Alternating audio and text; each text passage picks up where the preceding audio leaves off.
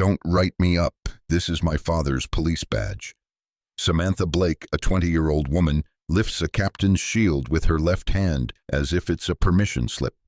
The metal gleams in the light as she waits for Officer Jason Morales to get the message. He can see the badge clearly. Miss Blake, that badge belongs to a police captain, not to you. Please put your hands on the steering wheel. My father is Captain Robert Blake. He oversees traffic. One call and this goes away. The body camera catches the whole exchange. The timestamp reads 11:19 a.m. on November 13th, 2025. Officer Morales stays calm, acts professional, and follows the rules. He writes the citation anyway. Now, 3 weeks later, she stands in Judge Frank Caprio's courtroom, still thinking the badge protects her. Judge Caprio puts his pen down. Miss Blake, this court does not operate on borrowed rank. That badge stands for service. It doesn't give immunity to family. Before we go on, tell us in the comments where you're watching from. Like this video if you miss Judge Caprio, and subscribe to Order in the Court if you're over 50. Authority borrowed is authority misused. The clerk stands up.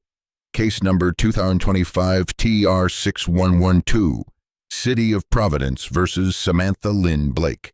Charges: stopping and standing in a marked fire lane, refusing a lawful order to provide identification, showing law enforcement identification not issued to the defendant, and verbal intimidation of an officer. Judge Caprio looks at the accused. Miss Blake, do you have a lawyer here? A man in a gray suit stands. Martin Chang, defense counsel for Miss Blake. Your Honor. Mr. Chang, is your client ready to answer these charges fully today? Your Honor, we are ready to pay all fines right away and resolve this matter without further hearings. Mr. Chang, this court is not a payment window. We will review the evidence. Sit down. Martin Chang hesitates, then sits. Judge Caprio flips a page. There's a note here. Prior warning issued 8 months ago. Miss Blake got a campus parking ticket at Providence College for parking in an emergency lane. The ticket was withdrawn after campus security stepped in. Not a crime, but it matters. Miss Blake, do you remember that incident? Samantha shrugs. Campus security overreacted. It was taken care of. Taken care of by whom? I don't know. My father knows people. Your father knows people. So you learned that consequences vanish when you use his position. That's not dealing with it. That's ducking it. Prior campus warning entered as pattern context, not used as an independent reason for punishment. Miss Blake, walk me through what happened on November 13th. I stopped in front of Kim's Market for literally 2 minutes to grab a coffee. There was a fire lane, but nobody was using it. A cop came over and made a huge deal over nothing. You parked in a marked fire lane for 2 minutes. Fire lanes don't use timers, Miss Blake. They exist for emergency vehicles. Fire lanes are for flames, not lattes. But no fire truck came because you were lucky. Mr. Kim, the shop owner, will talk about what happened while you blocked that lane. Pattern interrupt. Quote from Harold Kim's written statement. Delivery truck blocked. Elderly customer waiting for medicine. Officer Morales, please take the stand. Officer Jason Morales steps forward, raises his right hand, and takes the oath. Officer Morales, please describe the incident that led to these charges. Yes, Your Honor. On November 13th, at approximately 11:17 a.m., I saw a silver sedan parked in a marked fire lane in front of Kim's Market on Westminster Street. The vehicle was empty. At 11:19 a.m., the driver, later identified as Samantha Blake, came out of the store carrying a coffee. I approached and told her she was parked in a fire lane and needed to move immediately. She said, I was only inside for 2 minutes. I explained that fire lanes are for emergency access, not temporary parking. I asked for her license and registration. She refused at first and pulled out a police captain's badge from her purse. She said, You can't ticket me.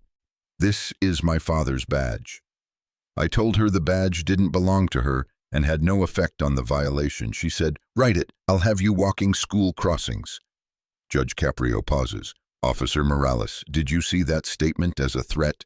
Yes, Your Honor, a threat to my job based on her father's rank. Let's hear it, Officer Harris. Play the body cam audio, only the important part. A brief hiss of static, then Samantha's voice, sharp and dismissive. Write it. I'll have you walking school crossings. Judge Caprio lets the silence hang for a moment. Miss Blake, did you say that to Officer Morales? Yeah, but I was irritated. Being irritated doesn't allow threats. Officer Morales, how did you understand that statement? As intimidation, Your Honor, an implied reassignment to a less desirable post because I was doing my job. Timestamp 11 hours 19 minutes and 47 seconds. AM, body cam audio excerpt recorded. Judge Caprio turns to the clerk. Miss Reyes, were there any contacts to this court about this case before today's hearing? The clerk flips through a log. Yes, Your Honor. 2 incoming calls and 1 voicemail, all from a number registered to the office of Captain Robert Blake of the Providence Police Department. Times: first call at 9:41 a.m., second call at 11:58 a.m., voicemail left at 12:23 p.m. Play the voicemail on the record. A man's voice, professional and controlled. This is calling from Captain Blake's office about case 2025 TR612. The captain wants this matter settled quietly before it becomes a public hearing. Please reach us at your earliest convenience. Martin Chang stands. Your Honor, my client isn't responsible for calls made by her father's office. This is unfair. Overruled. Transparency protects everyone. When any office tries to influence a proceeding, that attempt goes on the public record. The voicemail remains. Timeline 9:41 a.m. First call from Captain Blake's office, 11:58 a.m. Second call, 12:23 p.m. Voicemail left requesting quiet resolution. Judge Caprio looks at the clerk again. Is Mr. Harold Kim available to give a statement? He is, Your Honor, by phone. Put him through. A man's voice, calm but firm, fills the speaker. Thank you, Your Honor. I own Kim's Market. That fire lane is critical for deliveries and emergency access. On November 13th, a vehicle blocked it for about 15 minutes. My delivery driver couldn't pull in. We had an elderly customer waiting for her blood pressure medication. She has mobility issues and couldn't walk to another pharmacy. That lane isn't a convenience, it's infrastructure. 1 blocked lane can cost a life. Samantha mutters something under her breath. Judge Caprio hears it. Miss Blake, if you have something to say it clearly. I said it wasn't 15 minutes. Officer Morales's report says you left the store at 11:19, and the vehicle was still there when he arrived at 11:17. That's recorded time. Mr. Kim, thank you. Your statement is on the record. The line clicks off. Pattern interrupt. 1 blocked lane can cost a life. Judge Caprio picks up another document. Miss Reyes, this is a text message screenshot submitted by Officer Morales, found during the stop with the defendant's verbal consent. Can you read it? From Samantha Blake to an unnamed contact. Timestamp 11:27 a.m., November 13th. Got stopped. Dad will fix it. Don't worry. Samantha's jaw tightens. That was private. It was discoverable. Miss Blake, let me lay out a timeline. Traffic stop at 11:17 a.m. Citation issued at 11:24 a.m. Your text sent at 11:27 a.m. First call from your father's office at 9:41 a.m. the next day. Someone moved fast. I didn't ask him to call, but you expected it. You told someone not to worry because your father would fix it. That's not belief in your innocence. That's belief in your father's interference. Timeline ledger, 11:17 a.m. Officer Morales arrives at the scene. 11:19 a.m. Defendant returns to the vehicle. 11:24 a.m. Citation issued. 11:27 a.m. Defendant text sent. 9:41 a.m. Next day, first call from Captain Blake's office. 11:58 a.m. Next day, second call. 12:23 p.m. Next day, voicemail left. Martin Chang stands again. Slower this time. Your Honor, given Captain Blake's role in the Providence Police Department, we request that the rest of this hearing be handled discreetly. Public proceedings could create unnecessary tension within the department. Mr. Chang, fairness lives on record, not behind closed doors. This case stays public. Judge Caprio fixes Samantha with a calm, steady look. I'm going to ask you 3 yes or no questions. Did you park in a marked fire lane? Yes. Did you refuse to provide identification to Officer Morales and instead show your father's badge? I showed the badge to explain who I was. That's not no. Did you show your father's badge instead of showing your own identification? Yes. Did you threaten Officer Morales's assignment by using your father's rank? Samantha hesitates. I made a remark. The remark was, "I'll have you walking school crossings." Did you make that threat? Yes, 5 seconds, 7, 10, 12. Borrowed authority ran out in 12 seconds. Judge Caprio leans forward. Miss Blake, I've noticed something in your testimony. When I ask what you did, you're a 20-year-old, grown enough to threaten an officer, grown enough to wave your father's badge. But when I ask about responsibility, you're suddenly 12. It was only 2 minutes. I was annoyed. My dad will fix it. You're 20 when you boast, 12 when corrected. It can't be both. Samantha doesn't answer. Which one are you today, Miss Blake? 20. Then answer like it.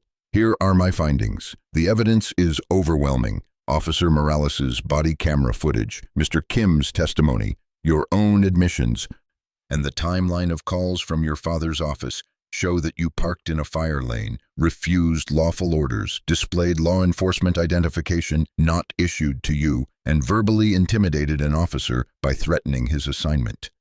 Judge Caprio pauses. This court does not weigh cases based on family rank or department connections. The badge is a shield for service, not a sword for favors. Miss Blake, your father's position as captain doesn't give you immunity from traffic law. His badge represents the oath he took to serve and protect. It doesn't belong to you, and it doesn't excuse your behavior. He turns a page. I also note the prior campus warning. You were told once that emergency lanes matter. That ticket was withdrawn after intervention. You learned the wrong lesson. You learned that using your father's position erases consequences. Today, that lesson ends. Evidence ledger, body camera audio, officer narrative, shop owner's testimony, text screenshot, call log from Captain Blake's office, timeline corroboration, prior pattern of influence. The base fines total $640. Stopping and standing in a fire lane, $250. Refusing a lawful order, $150. Improper display of law enforcement identification, $140. Verbal intimidation of an officer, $100. Samantha exhales sharply. However, I'm suspending a portion of that total $300 on the condition of your full and timely completion of a restorative accountability plan. If you complete it, that portion is waived. If you don't, it's reinstated. Here's what the plan requires. First, written apologies to Officer Jason Morales and Harold Kim. Not statements written by your father's office. Real apologies in your own words that state what you did and what you learned. You will deliver them in person if both agree to meet you. If either declines, you will mail them and the court will confirm receipt. Second, 100 hours of community service with the Providence Police Community Relations Division. You'll work on public outreach, complaint intake, and community education. No press or photos. Third, you'll deliver 2 talks at local high schools on the topic, Respect the Badge. You'll explain what police badges stand for, why family members don't have the authority to use them, and the consequences of misusing law enforcement identification. Fourth, you'll write and record a public service announcement titled Badges Protect, They Don't Excuse. The script will be reviewed by this court. No family mentions. Plain truth. Fifth, you'll submit a 700-word written reflection titled Borrowed Power versus Earned Respect. It will address what you learned through this process. Mercy isn't a discount. It's a contract. Deadline schedule. Apologies within 14 days. Service hours to start within 10 days. Talks within 90 days. PSA within 60 days. Reflection due at final review. If you believe status should never bend justice, subscribe to Order in the Court. Additionally, I'm making the following recommendations on the record to the Municipal Court Administration and the Providence Police Department. 1. Establish a weekly ex parte influence log. This log will assure everyone that attempts to sway judges are exposed. Any off-record contact from command will be recorded and published. 2. Implement a command contact recusal rule. If staff are contacted by command about a family case, they must recuse or get supervisor approval. The policy aims to keep decisions fair and impartial. 3. Create an officer retaliation shield. Any officer reporting intimidation due to command family ties will be protected from retaliation. No officer should fear backlash for reporting intimidation. 4. Develop a fire lane priority tow policy. Violations in fire lanes should trigger immediate towing regardless of the owner. 5. Create a youth education module on badge ethics for schools, explaining that badges represent service and can't be borrowed or misused. Ms. Reyes, please ensure copies of these recommendations are sent to the relevant agencies by the end of business today. The first ex parte influence log will be published within 30 days. Yes, Your Honor. First log release date, December 15, 2025, weekly afterwards. Later that afternoon, Captain Robert Blake visits the courthouse. He asks to speak with Judge Caprio. The court administrator informs the judge. Caprio agrees to a short meeting with the clerk present and everything on the record. Judge Caprio, I'm Captain Robert Blake. I'd like to talk about my daughter's case. Captain, the case has been decided. The ruling is on the record. With respect, Your Honor, I think we could handle this internally, department to department. Captain, this is not your case to manage. Your daughter has a lawyer. She has a voice. The proceeding is closed and public. Authority ends where jurisdiction begins. I understand, Your Honor. Captain, I respect your service, but your badge does not travel through family members. Your daughter will complete her sentence. If she does so with integrity, she'll learn what the badge actually represents. Thank you, Your Honor.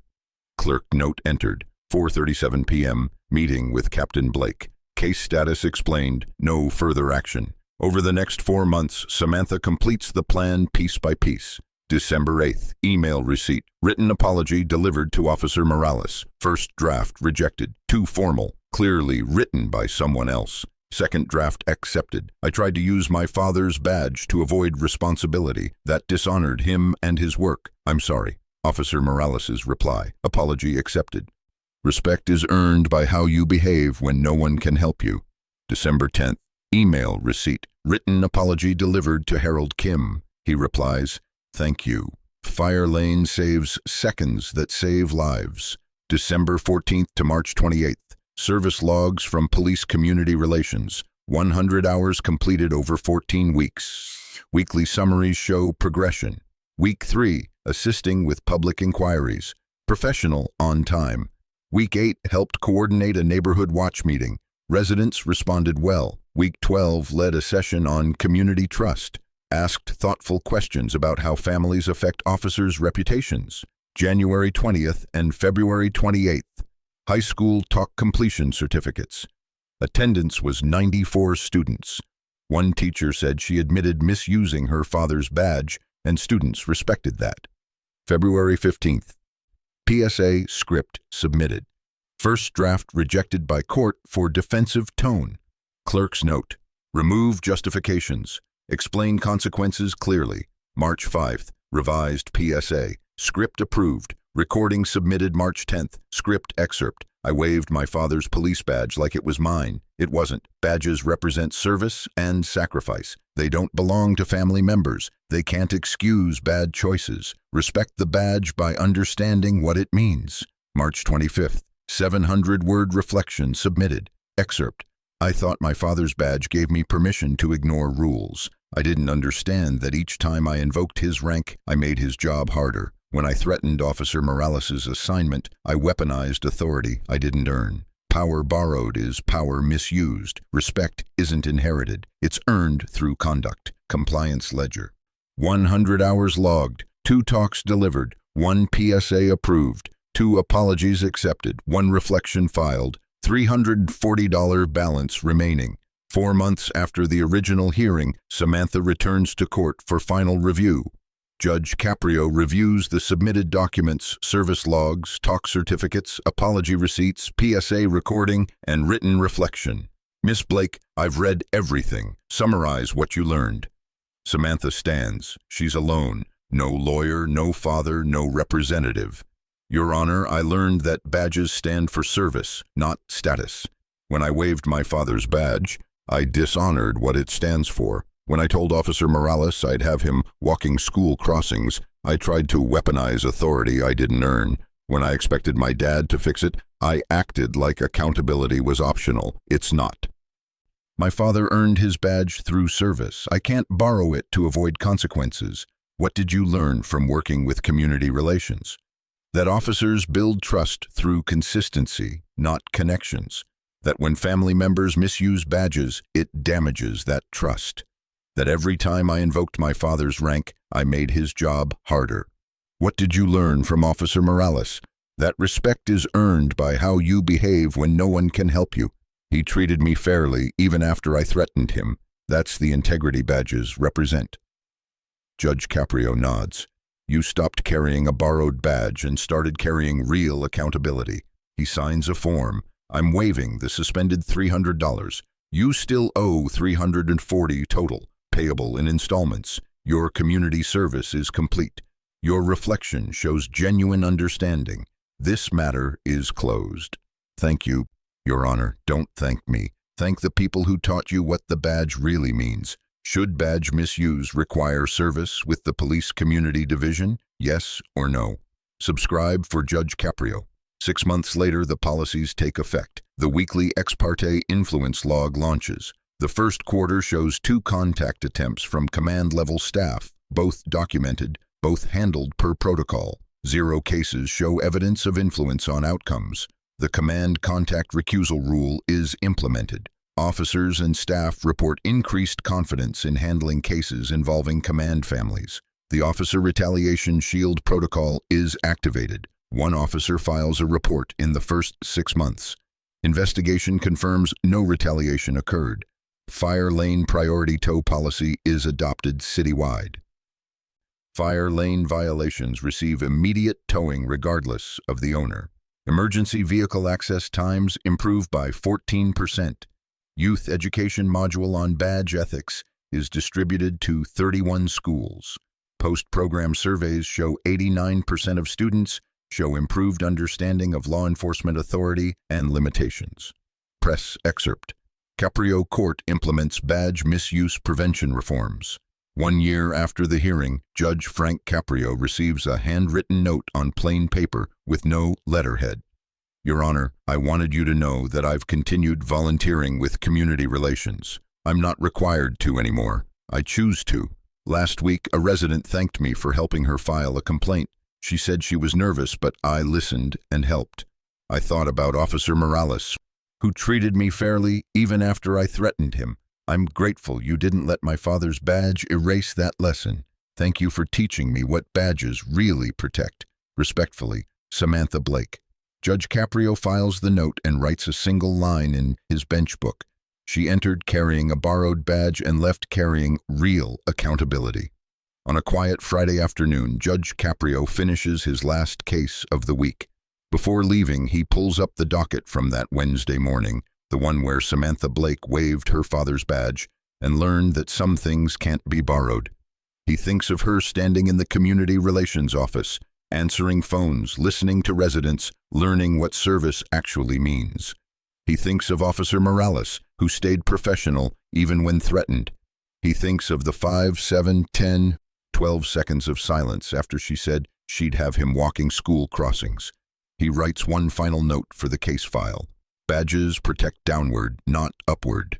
He turns off the light and locks the door. Dramatization for storytelling and education, not legal advice or reporting.